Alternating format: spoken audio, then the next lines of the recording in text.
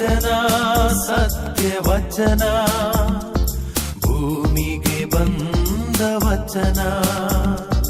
ವಚನ ಸತ್ಯ ವಚನ, ಭೂಮಿಗೆ ಬಂದ ವಚನ.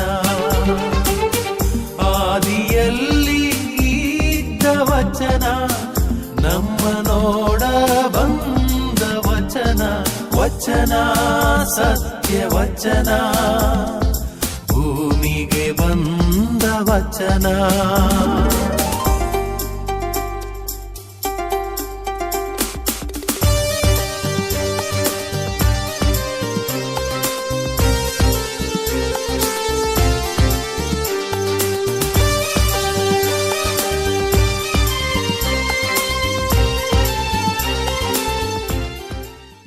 ಪಿತನ ಮತ್ತು ಸುತನ ಮತ್ತು ಪವಿತ್ರ ಆತ್ಮನ ನಾಮದಲ್ಲಿ ಆಮೇನ್. ಪ್ರಿಯರೇ, ದೇವರ ವಾಕ್ಯವನ್ನು ಆಲಿಸಲು ನಾವು ಸಿದ್ಧರಾಗಿದ್ದೇವೆ. ನಮಗೆ ದೇವರ ವಾಕ್ಯದ ರುಚಿ ಅದರದ್ದು, ನಾವು ಅದನ್ನು ಸವಿದಿದ್ದೇವೆ. ಆದ್ದರಿಂದಲೇ ನಮ್ಮಲ್ಲಿ ಒಂದು ದಾಹ, ಯಾವ ಆತ್ಮದ ದಾಹ, ಶರೀರದ ದಾಹ ಹಸಿವಲ್ಲ, ಆತ್ಮದ ದಾಹ. ಈ ಆತ್ಮದ ದಾಹ ನೀಗುವಂಥದ್ದು ದೇವರ ವಾಕ್ಯದ ಮುಖಾಂತರ. ಯಾಕೆಂದರೆ ದೇವರ ವಾಕ್ಯ ನಮ್ಮ ಆತ್ಮಕ್ಕೆ ಭೋಜನ. ಅದರಿಂದ ವಾಕ್ಯದ ಮುಖಾಂತರ ನಮ್ಮ ಆತ್ಮದ ದಾಹವನ್ನು ಹಸಿವನ್ನು ನೀಗಿಸಲು ಯೇಸು ಕ್ರಿಸ್ತರು, ಪಿತ ದೇವರು, ಪವಿತ್ರಾತ್ಮರು ಇಚ್ಛಿಸುತ್ತಾರೆ. ಈ ವಾಕ್ಯವನ್ನು ನಾವು ಆಲಿಸೋಣ. ಸಂತ ಯೋಹಾನನು ಬರೆದ ಶುಭ ಸಂದೇಶ ಅಧ್ಯಾಯ 14 ವಾಕ್ಯಗಳು 1ರಿಂದ. ಸಂತ ಯೋಹಾನನು ಬರೆದ ಶುಭ ಸಂದೇಶ ಅಧ್ಯಾಯ 17 ವಾಕ್ಯಗಳು 1ರಿಂದ.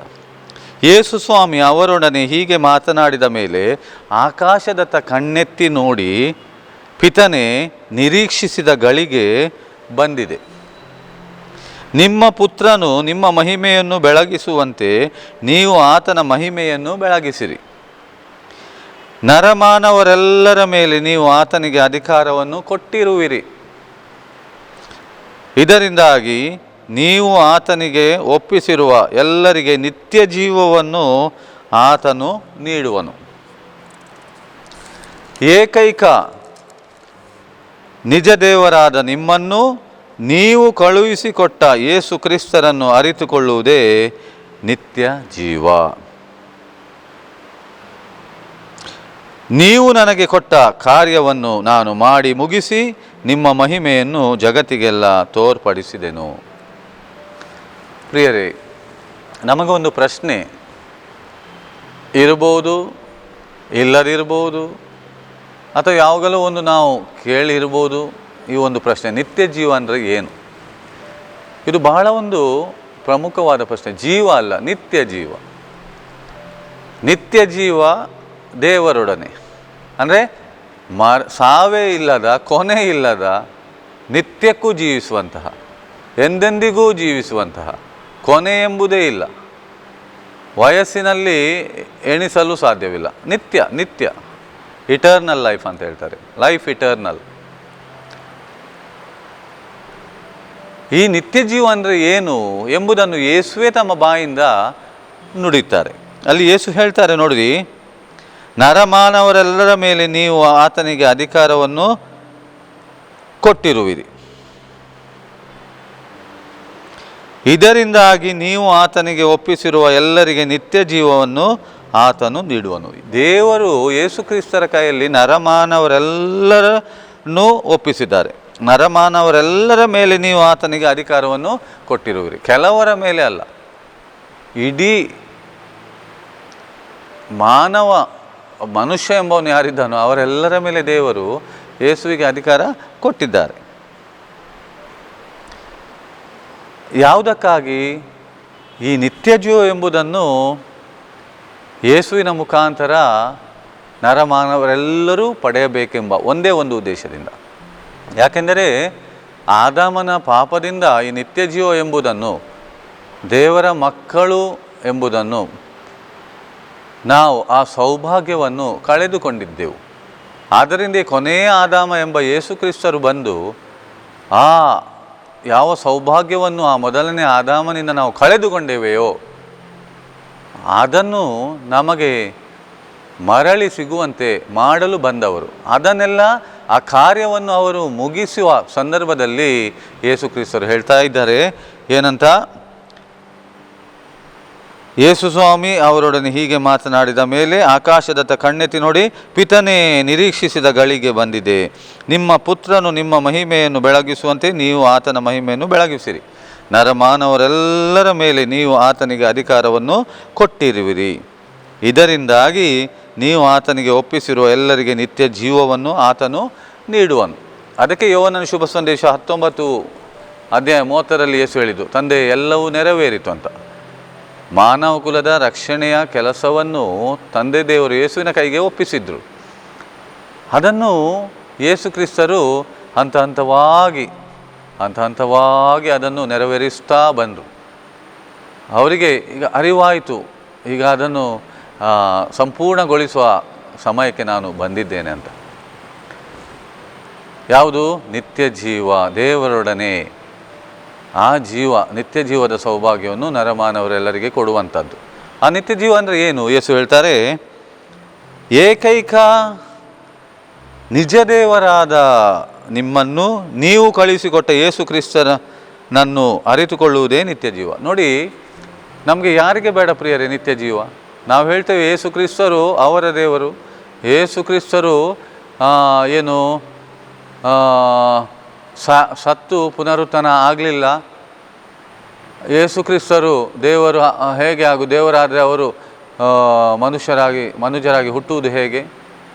ಈ ರೀತಿ ನಂಬಲಿಕ್ಕೆ ಬೇಡ ಅನ್ನುವವರು ಅಥವಾ ನಂಬಲಿಕ್ಕೆ ಕಷ್ಟ ಆಗುವವರು ಬೇರೆ ಬೇರೆ ರೀತಿಯ ಒಂದು ಸಂಶಯಗಳನ್ನು ಯೇಸುವಿನ ಬಗ್ಗೆ ವ್ಯಕ್ತಪಡಿಸಬಹುದು. ಆದರೆ ಯೇಸು ಕ್ರಿಸ್ತರು ಸ್ವತಃ ಅವರ ಬಾಯಿಂದಲೇ ನುಡಿತಾ ಇದ್ದಾರೆ, ಏಕೈಕ ನಿಜ ದೇವರಾದ ನಿಮ್ಮನ್ನು ನೀವು ಕಳುಹಿಸಿಕೊಟ್ಟ ಯೇಸು ಕ್ರಿಸ್ತನನ್ನು ಅರಿತುಕೊಳ್ಳುವುದೇ ನಿತ್ಯ ಜೀವ. ಅವರೇ ಹೇಳ್ತಾರೆ, ಅವರ ಹೆಸರು ತೆಗೆದು, ಏಕೈಕ ನಿಜ ದೇವರಾದ ನಿಮ್ಮನ್ನು ನೀವು ಕಳುಹಿಸಿಕೊಟ್ಟ ಯೇಸು ಕ್ರಿಸ್ತರನ್ನು ಅರಿತುಕೊಳ್ಳುವುದೇ ನಿತ್ಯ ಜೀವ.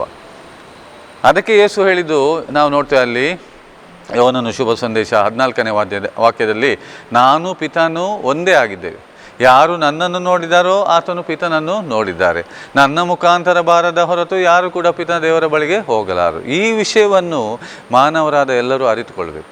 ಯಾಕೆಂದರೆ ಜನರು ದೇವರನ್ನು ಆರಾಧಿಸಲು ಪ್ರೀತಿಸಲು ಬಹಳ ಪ್ರಯತ್ನ ಪಡುತ್ತಾರೆ. ಓಕೆ, ಒಳ್ಳೆಯದೇ. ಆದರೆ ಯೇಸು ಹೇಳ್ತಾರೆ, ನನ್ನ ಮುಖಾಂತರ ಬಾರದ ಹೊರತು ಯಾರು ಕೂಡ ಪಿತ ದೇವರ ಬಳಿಗೆ ಬರಲಾರರು. ನಾನು ಪಿತನು ಒಂದೇ ಆಗಿದ್ದೇವೆ. ಯಾಕೆಂದರೆ ಆ ದೇವರೆಂಬುದು ಯಾರೆಂದು ತೋರಿಸಿಕೊಟ್ಟದೇ ಯೇಸು ಕ್ರಿಸ್ತರು ನಮ್ಮನ್ನು.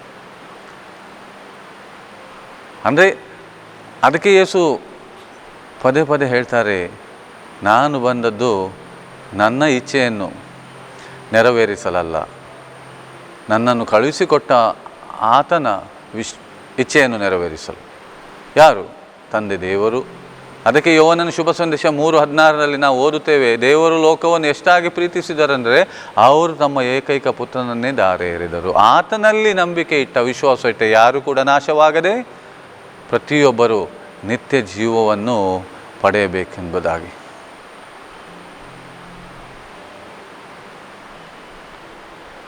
ಯಾಕೆಂದರೆ ದೇವರು ಯೇಸುವನ್ನು ಕಳುಹಿಸಿಕೊಟ್ಟದ್ದು ಲೋಕವನ್ನು ನ್ಯಾಯ ತೀರ್ಪಿಗೆ ಗುರಿಪಡಿಸಲು ಅಲ್ಲ, ಬದಲಾಗಿ ಯೇಸುವಿನ ಮುಖಾಂತರ ಲೋಕಕ್ಕೆ ನಿತ್ಯ ಜೀವ ಸಿಗಬೇಕಂತ. ಆದ್ದರಿಂದ ಪ್ರಿಯರೇ, ಏಕೈಕ ನಿಜ ದೇವರಾದ ಆ ದೇವರನ್ನು ಮತ್ತು ಆತನು ಕಳುಹಿಸಿಕೊಟ್ಟ ಯೇಸು ಕ್ರಿಸ್ತರನ್ನು ಅರಿತುಕೊಳ್ಳುವುದೇ ನಿತ್ಯ ಜೀವ. ಹೇಗೆ ಅರಿತುಕೊಳ್ಳುವುದು? ಅರಿತುಕೊಳ್ಳಲು ಒಂದೇ ಮಾರ್ಗ, ದೇವರ ವಾಕ್ಯದಲ್ಲಿ ವಾಕ್ಯದ ಮುಖಾಂತರ ಅವರನ್ನು ಅರಿತುಕೊಳ್ಳುವುದು. ಬೇರೆ ಯಾವ ಮಾರ್ಗವೂ ಇಲ್ಲ. ಯೇಸುವಿನ ಬಗ್ಗೆ ಬರೆದ ಸಾವಿರಾರು ಪುಸ್ತಕಗಳು ಇರ್ಬೋದು, ಅದು ಅವರ ಬಗ್ಗೆ ಬರೆದದ್ದು ಹೌದು. ಆದರೆ ಈ ಬೈಬಲ್ ಗ್ರಂಥ ನಮಗೆ ಅದು ಅಲ್ಲಿ ಯೇಸುವಿನ ಬಗ್ಗೆ ಸ್ಪಷ್ಟವಾಗಿ ನಮಗೆ ವಿಷಯಗಳು ದೇವರ ಬಗ್ಗೆ ನಮಗೆ ಸಿಗುತ್ತವೆ. ಅವರ ಬಗ್ಗೆ ಆ ವಾಕ್ಯವನ್ನು ತೆಗೆದುಕೊಂಡು ಬೇರೆ ಪುಸ್ತಕಗಳು ಸಾವಿರಾರು ಬರೆದಿರ್ಬೋದು, ಖಂಡಿತವಾಗಿ ಇವೆ, ಎಷ್ಟೆಂದು ಹೇಳಲಿಕ್ಕೆ ಸಾಧ್ಯವಿಲ್ಲ. ಆದರೆ ಮೂಲ ಗ್ರಂಥ ಯಾವುದು? ಪವಿತ್ರ ಬೈಬಲ್. ಯೇಸು ಸ್ಪಷ್ಟವಾಗಿ ಹೇಳ್ತಾರೆ, ನಿಮ್ಮನ್ನು ಏಕೈಕ ನಿಜ ದೇವರಾದ ನಿಮ್ಮನ್ನು ನೀವು ಕಳಿಸಿಕೊಟ್ಟ ಯೇಸು ಕ್ರಿಸ್ತರನ್ನು ವಿಶ್ವಾಸಿಸುವುದೇ, ಅರಿತುಕೊಳ್ಳುವುದೇ ನಿತ್ಯ ಜೀವ. ಏಕೈಕ ನಿಜ ದೇವರು ಅಂದರೆ ತುಂಬ ಸಲ ಎಲ್ಲ ದೇವರು ಒಂದೇ ಎಂದು ನಾವು ಹೇಳ್ತೇವೆ. ಎಲ್ಲ ದೇವರು ಒಂದೇ ಅಲ್ಲ, ಒಂದೇ ದೇವರಿರು. ನಿಮ್ಮನ್ನು ಏಕೈಕ ನಿಜ ದೇವರು ಒಂದೇ. ನಾವು ನಮ್ಮದೇ ದೇವರೆಂದು ನಮ್ಮ ಏನು ರೀತಿಯಲ್ಲಿ ನಾವು ನಮ್ಮ ದೇವರನ್ನು ನಾವು ರೂಪಿಸಿಕೊಂಡಿರ್ಬೋದು. ಆದರೆ ನಿಜ ದೇವರೆಂಬುದು ಒಬ್ಬರೇ. ಅವರೇ ಆ ಯೇಸು ಕ್ರಿಸ್ತರನ್ನು ಈ ಲೋಕಕ್ಕೆ ರಕ್ಷಕರನ್ನಾಗಿ ಕಳುಹಿಸಿದ್ದು. ಆ ನಿಜ ದೇವರ ಪರಿಚಯವನ್ನು ಯೇಸು ಕ್ರಿಸ್ತರು ನಮಗೆ ಮಾಡಿಕೊಟ್ಟಿದ್ದಾರೆ. ಹೇಗೆ ಅವರೇ ಹೇಳ್ತಾರೆ, ಪಿತನು ನನಗೆ ಮಾಡಲು ಕೊಟ್ಟ ಆ ಕೆಲಸ ಕಾರ್ಯಗಳನ್ನೇ ನಾನು ಮಾಡ್ತೇನೆ. ಅವರನ್ನು, ಯೇಸುವನ್ನು ನೋಡಿದಾಗ, ಅವರ ಮಾತುಗಳನ್ನು ಕೇಳುವಾಗ, ಅವರು ಮಾಡುವ ಅದ್ಭುತ ಕಾರ್ಯಗಳನ್ನು ನೋಡುವಾಗ ನಮಗೆ ತಂದೆ ದೇವರ ಪರಿಚಯ ಕೂಡ ಆಗಲಿಕ್ಕೆ ಬಹಳ ಸುಲಭವಾಗ್ತದೆ. ಅದರಿಂದ ನಿತ್ಯ ಜೀವ ಅಂದರೆ ಬೇರೆ ಏನೂ ಅಲ್ಲ ಪ್ರಿಯರೇ, ಏಕೈಕ ನಿಜ ದೇವರನ್ನು ಮತ್ತು ಅವರು ಕಳಿಸಿಕೊಟ್ಟ ಯೇಸು ಕ್ರಿಸ್ತರನ್ನು ಅರಿತುಕೊಳ್ಳುವುದು ಒಂದೇ ಮಾರ್ಗ. ನಾನು ಹೇಳ್ತೇನೆ, ವಾಕ್ಯದ ಮುಖಾಂತರ, ದೇವರ ವಾಕ್ಯದ ಮುಖಾಂತರ, ಬೇರೆ ಯಾವುದರಿಂದಲೂ ಅಲ್ಲ. ನಮಗೆಲ್ಲರಿಗೂ ಬೇಕು ನಿತ್ಯ ಜೀವ. ಎಲ್ಲರೂ ನಾವು ಅದನ್ನು ಆಶಿಸುತ್ತೇವೆ, ಆ ನಿತ್ಯ ಜೀವವನ್ನು. ಹಾಗಾದರೆ ನಾವು ಆ ಯೇಸುವನ್ನು ವಾಕ್ಯದ ಮುಖಾಂತರ, ದೇವರ ವಾಕ್ಯದ ಮುಖಾಂತರ ಅರಿತುಕೊಳ್ಬೇಕು. ಆ ವಾಕ್ಯದಲ್ಲಿ ನಾವು ಸಮಯ ಕಳೆಯಬೇಕು. ನಾವು ಹೋಮ್ವರ್ಕ್ ಮಾಡಬೇಕು, ವೈಯಕ್ತಿಕವಾಗಿ ನಾವು ಸಮಯ ಕಳೆಯಬೇಕು. ಆವಾಗ ಆ ವಾಕ್ಯ, ಇಬ್ರಿಯ 4:12 ಹೇಳ್ತಾರೆ, ದೇವರ ವಾಕ್ಯ ಸಜೀವದಾಯಕ, ಅದು ಕ್ರಿಯಾತ್ಮಕವಾದುದು, ಎಂಥ ಇಬ್ಬಾಯಿ ಕತ್ತಿಗಿಂತ ಹರಿತವಾದುದು. ಆ ವಾಕ್ಯದಲ್ಲಿ ಜೀವ ಇದೆ, ದೇವರ ವಾಕ್ಯದಲ್ಲಿ ಜೀವ ಇದೆ. ಅದಕ್ಕೆ ಜ್ಞಾನೋಕ್ತಿ 18:21 ಹೇಳ್ತದೆ, ಜೀವ ಮತ್ತು ಮರಣಗಳ ಶಕ್ತಿ ನಿಮ್ಮ ನಾಲಿಗೆಗೆ ಇದೆ. ಅಂದರೆ ನಾಲಿಗೆಯಲ್ಲಿ ನೀನು ದೇವರ ವಾಕ್ಯವನ್ನು ನುಡಿಯುವಾಗ ಅಲ್ಲಿ ಜೀವ ಹರಿಯುತ್ತದೆ. ನಾಲಿಗೆಯಲ್ಲಿ ದೇವರ ವಾಕ್ಯಕ್ಕೆ ವಿರೋಧವಾದ ಶಬ್ದಗಳನ್ನು ನುಡಿದಾಗ ಅಲ್ಲಿ ಮರಣದ ಅನುಭವ ನಮಗೆ ಆಗ್ತದೆ. ಅಂದರೆ ಮರಣ ಅಂದರೆ ನಾವು ದೇವರೊಡನೆ ಇರುವ ಬದಲು ದುರಾತ್ಮನೊಡನೆ ಇರುತ್ತೇವೆ. ಅದಕ್ಕೆ ಜೀವ ಮತ್ತು ಮರಣ ದೇವರ ಕೈಯಲ್ಲಿಲ್ಲ. ಜ್ಞಾನೋಕ್ತಿ 18:21 ಓದಿ ನೋಡಿ. ಜೀವ ಮತ್ತು ಮರಣ ನನ್ನ ನಾಲಿಗೆಯ ವಶದಲ್ಲಿದೆ, ಅಂದರೆ ವಾಕ್ಯ.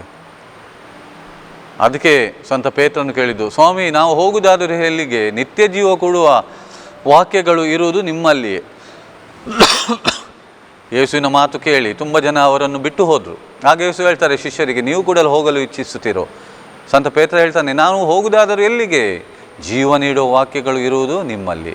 ಆದ್ದರಿಂದ ಆ ವಾಕ್ಯಗಳ ಮುಖಾಂತರ ದೇವರನ್ನು, ಯೇಸುವನ್ನು ನಾವು ಅರಿತುಕೊಂಡಾಗ ಆ ನಿತ್ಯ ಜೀವದ ಅನುಭವ ನಮಗೆ ಆಗ್ತದೆ. ಆ ನಿತ್ಯ ಜೀವ ಅಂದರೆ ನಾವೆಣಿಸ್ತೇವೆ ಅದು ಸಿಗಬೇಕಾದ್ರೆ ನಮಗೆ ನಾವು ಸಾಯಬೇಕಂತ. ಇಲ್ಲ, ನಮ್ಮ ಮರಣ ಆಗಿದೆ. ರೋಮನರಿಗೆ ಬರೆದ ಪತ್ರ 6ನೇ ಅಧ್ಯಾಯದಲ್ಲಿ ನಾನು ನೋಡಿದರೆ, ಯಾವಾಗ ನಾವು ಯೇಸುವನ್ನು ಸ್ವೀಕರಿಸಿದ್ದೇವೆಯೋ, ಸ್ನಾನ ದೀಕ್ಷೆ ಪಡೆದೇವೆಯೋ, ಆವಾಗ ನಮಗೆ ಕೂಡ ಯೇಸುವಿನೊಡನೆ ಶಿಲುಬೆಗೆ ಏರಿಸಿ ಅವರೊಡನೆ ಸಮಾಧಿ ಮಾಡಲಾಯಿತು ಅಂತ ಅಲ್ಲಿ ಬರೆದಿದೆ. ಅಂದರೆ ನಮ್ಮ ಮರಣ ಆಗಿದೆ ಯೇಸುವಿನೊಡನೆ ಆವಾಗ.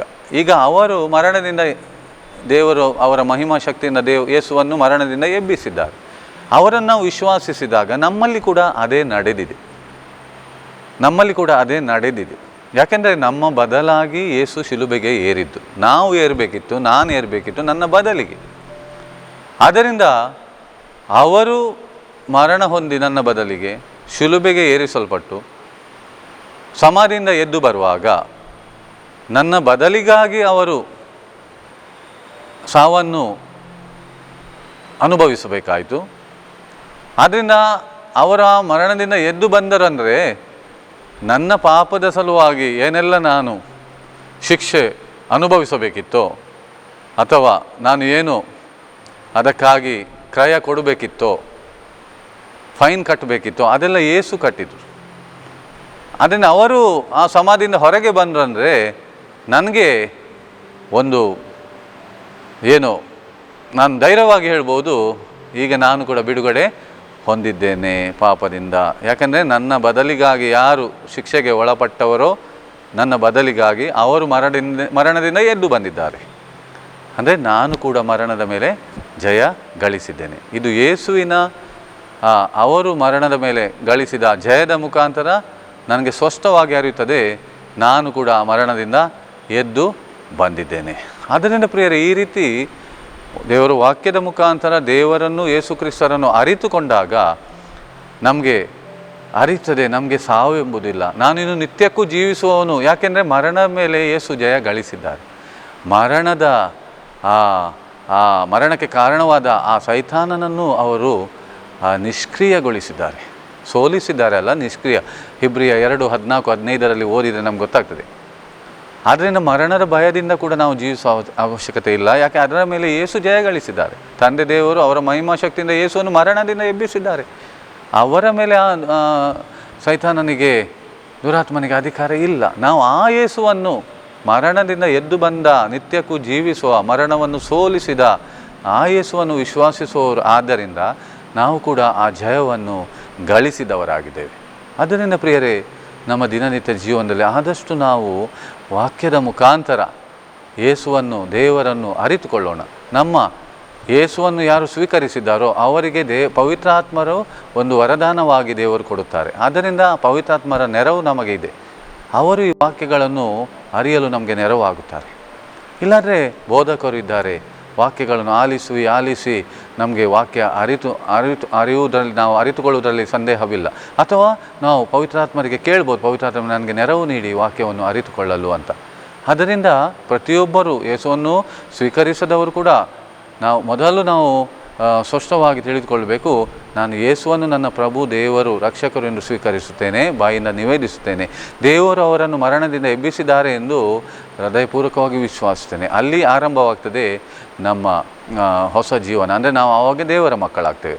ದೇವರ ಮಕ್ಕಳ ಆದಮೇಲೆ ನಮಗೆ ದೇವರು ಒಂದು ಕಾಣಿಕೆಯಾಗಿ, ಶ್ರೇಷ್ಠ ಕಾಣಿಕೆಯಾಗಿ ಆ ಪವಿತ್ರಾತ್ಮರನ್ನು ಕೊಡುವಂಥದ್ದು. ಆ ಪವಿತ್ರಾತ್ಮರು ನಮಗೆ ದೇವರ ವಾಕ್ಯದಲ್ಲಿ ನೆಲೆಗೊಂಡಿರಲು, ಆ ವಾಕ್ಯವನ್ನು ಅರಿತುಕೊಳ್ಳಲು ನೆರವಾಗ್ತಾರೆ. ಮತ್ತು ಆ ಪವಿತ್ರಾತ್ಮರು ನಮ್ಮ ಒಳಗೆ ಬಂದು ವಾಸ ಮಾಡುತ್ತಾರೆ. ಅವರು ನಮ್ಮೊಳಗೆ 1 ಕೊರಿಂಥ್ಯ 3:16, 6:19 ಓದಿ ನೋಡಿದರೆ ನಮ್ಗೆ ಗೊತ್ತಾಗ್ತದೆ ಪವಿತ್ರಾತ್ಮರ ಆಲಯ ನಾವು ಆಗಿದ್ದೇವೆ ಅಂತ. ಆದ್ದರಿಂದ ಪ್ರಿಯರೇ, ನಿತ್ಯ ಜೀವ ಯೇಸುವಿನ ಮುಖಾಂತರ ಮಾತ್ರ ಸಾಧ್ಯ. ಅವರಿಂದ ಬಿಟ್ಟರೆ ಬೇರೆ ಯಾರಿಂದಲೂ ಈ ನಿತ್ಯ ಜೀವ ನಮಗೆ ದೊರಕಲು ಸಾಧ್ಯವೇ ಇಲ್ಲ. ಆದ್ದರಿಂದ ಯಾರ ಒತ್ತಾಯಕ್ಕೆ ಅಥವಾ ಬಲವಂತವಾಗಿ ನಾವು ಯೇಸುವನ್ನು ಸ್ವೀಕರಿಸುವುದಲ್ಲ. ಯೇಸು ನನಗೆ ನನ್ನ ರಕ್ಷಕ, ನನ್ನ ದೇವರು, ನನ್ನ ಪ್ರಭು, ನನಗೆ ನಿತ್ಯ ಜೀವ ಬೇಕು, ಯೇಸುವೆ ನಿಮ್ಮಿಂದ ಮಾತ್ರ ಅದು ಸಾಧ್ಯ, ಅದರಿಂದ ನಿಮ್ಮನ್ನು ನಾನು ಸ್ವೀಕರಿಸಿಕೊಳ್ತೇನೆ. ನಮ್ಮ ಹೆಸರನ್ನು ಬದಲಾಯಿಸುವ ಅವಶ್ಯಕತೆ ಇಲ್ಲ, ಅದರಿಂದ ಏನೂ ಇಲ್ಲ. ನಾನು ಯೇಸುವನ್ನು ಸ್ವೀಕರಿಸಿದ್ದೇನೋ ಅದು ಮುಖ್ಯ. ವಾಕ್ಯದ ಮುಖಾಂತರ ಅವರನ್ನು ಅರಿತುಕೊಂಡಿದ್ದೇನೋ ಇದು ಮುಖ್ಯ. ಆದ್ದರಿಂದ ಮುಖ್ಯದ ಎಲ್ಲ ಕೆಲಸಗಳು ತನ್ನಿಂತಾನೇ ಅವು ಆಗುತ್ತವೆ. ದೀಕ್ಷಾಸ್ನಾನ ಪಡೆಯುವಂಥದ್ದು ಇರ್ಬೋದು, ಮತ್ತೇನು ಅದೆಲ್ಲ ಮುಂದೆ ನಡೀತದೆ. ಆದರೆ ಮೊದಲು ನಾನು ಯೇಸುವನ್ನು ನನ್ನ ಪ್ರಭು, ದೇವರು ಮತ್ತು ರಕ್ಷಕರು ಎಂದು ಸ್ವೀಕರಿಸುವಂಥದ್ದು, ಮತ್ತು ದೇವರನ್ನು, ಯೇಸುವನ್ನು ವಾಕ್ಯದ ಮುಖಾಂತರ ಅರಿತುಕೊಳ್ಳುವಂಥದ್ದು, ಇದು ಬಹಳ ಮುಖ್ಯವಾಗಿದೆ. ಅದರಿಂದ ಪ್ರಿಯರೇ, ಯೇಸು ಕ್ರಿಸ್ತರು ಒಬ್ಬರು ಮಾತ್ರ ಇಡೀ ಮಾನವ ಕುಲಕ್ಕೆ ಕೊಟ್ಟ ನಿತ್ಯ ಜೀವದಲ್ಲಿ ನಾವು ಭಾಗಿಗಳಾಗಿದ್ದೇವೆ. ಈ ಒಂದು ಸೌಭಾಗ್ಯವನ್ನು ನಾವು ಎಂದೂ ಕೂಡ ಕಳೆದುಕೊಳ್ಳದೆ ನಮ್ಮದಾಗಿಸಿಕೊಳ್ಳಲು ಮುನ್ನಡೆಯೋಣ.